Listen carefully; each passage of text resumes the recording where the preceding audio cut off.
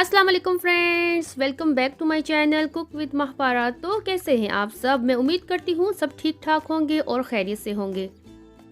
और आज हम बनाएंगे बहुत ही ज़बरदस्त माश की दाल, और इसे हम बनाएंगे ढाबा स्टाइल में, जो आपको बहुत ही पसंद आएगी फ्रेंड्स। तो चलिए स्टार्ट करते हैं इस रेसिपी को। सबसे पहले हम पैन में कुकिंग ऑयल ऐड कर देंगे और फिर हम इसमें ऐड कर देंगे साबित सफ़ेद ज़ीरा 1 टीस्पून। फिर हम इसमें शामिल कर देंगे एक बड़ी प्याज स्लाइस की हुई, और अब हम अच्छे से इन्हें मिक्स कर लेंगे और प्याज़ों को हम हल्का सा लाइट ब्राउन कर लेंगे। अगर आपको मेरी रेसिपी पसंद आए फ्रेंड्स तो लाइक कीजिए, मेरे चैनल को सब्सक्राइब भी कर दीजिए। बहुत बहुत शुक्रिया आपका। हाँ जी फ्रेंड्स, यहाँ पर जो प्याज हैं हल्के से लाइट ब्राउन हो चुके हैं। अब हम इसमें ऐड कर देंगे 1 टेबलस्पून गार्लिक पेस्ट और 1 टेबलस्पून जिंजर का पेस्ट।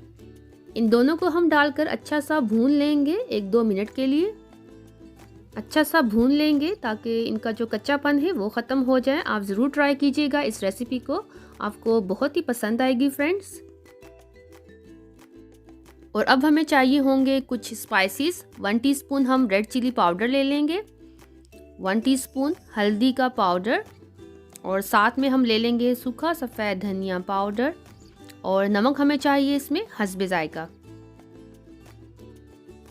और अब हम ये तमाम मसाले इसमें शामिल कर देंगे जो मैंने आपको पहले से ही मेंशन कर दिए थे। और मसालों को आप अपने हिसाब से ज़्यादा कम कर सकते हैं, और इन्हें हम अच्छा सा मिक्स कर लेंगे। साथ में हम इसमें थोड़ा सा पानी शामिल कर देंगे ताकि जो मसाले हैं इसमें जलने ना पाए। थोड़ा सा पानी शामिल कर देंगे। पानी डालने के बाद अब हम मसालों को 2 से 3 मिनट के लिए अच्छा सा भून लेंगे। और मसाले यहाँ पर अच्छे से भून चुके हैं। अब हम इसमें ऐड कर देंगे पिसे हुए टमाटर।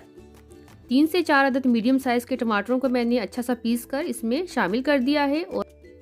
और अब हम टमाटरों की बहुत ही अच्छे से भुनाई कर लेंगे। और अब आप देख सकते हैं फ्रेंड्स कि टमाटरों में से जो ऑयल है वो अलग होना शुरू हो चुका है। टमाटर बड़े ही अच्छे तरीके से भून चुके हैं। और अब हम इसमें माश की दाल को शामिल कर देंगे। और यहाँ पर मैंने माश की दाल को 2 से 3 घंटे पहले से ही पानी में भिगो कर रखा हुआ था। अच्छा सा मिक्स कर लेंगे और अब हम माश की दाल को 3 से 4 मिनट के लिए अच्छा सा भून लेंगे। यहाँ पर माश की दाल अच्छे से भून चुकी है। अब इसमें हम ऐड कर देंगे कटी हुई हरी मिर्चें, और ½ टीस्पून इसमें हम ऐड कर देंगे पिसा हुआ गरम मसाला पाउडर। इन्हें डालकर हम अच्छा सा मिक्स कर लेंगे। माशाल्लाह बहुत ही ज़बरदस्त सी खुशबू आ रही है फ्रेंड्स, मैं आपको बता नहीं सकती। और यहाँ पर जो माश की दाल है वो ज़बरदस्त तरीके से भून चुकी है, और इसमें से जो ऑयल है वो भी अलग होना शुरू हो चुका है। और अब हम दाल को गलाने के लिए इसमें पानी शामिल कर देंगे, तकरीबन 1.5 कप। अब पानी अपने हिसाब से ही डालिएगा फ्रेंड्स, इतना डालिएगा कि दाल इसमें अच्छे से गल जाए। अच्छे से मिक्स कर लेंगे। और अब हम दाल को लो फ्लेम पर गलने के लिए छोड़ देंगे 15 से 20 मिनट के लिए। चलिए फिर देख लेते हैं दाल को। 15 से 20 मिनट हो चुके हैं। अच्छे से मिक्स कर लेंगे। और यहाँ पर जो दाल है ज़बरदस्त तरीके से गल चुकी है फ्रेंड्स।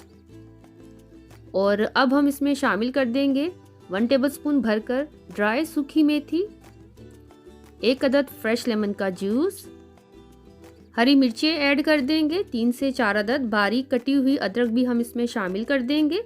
अगर आपको हरी मिर्चें ज़्यादा पसंद है आप इसमें ज़्यादा भी डाल सकते हैं अपने हिसाब से। ये सब चीज़ें शामिल करने के बाद अब हम माश की दाल को ऐसे ही पका लेंगे तकरीबन 2 से 3 मिनट के लिए। और बस लास्ट में हम शामिल कर देंगे तकरीबन 1 टेबलस्पून बटर। इसे डालकर हम अच्छे से मिक्स कर लेंगे। बटर डालने के बाद अब हम माश की दाल को अच्छे से 1-2 मिनट के लिए ऐसे ही पका लेंगे। और अब हम इसे गार्निश कर लेंगे हरे धनिए के साथ और बारीक कटी हुई अदरक के साथ।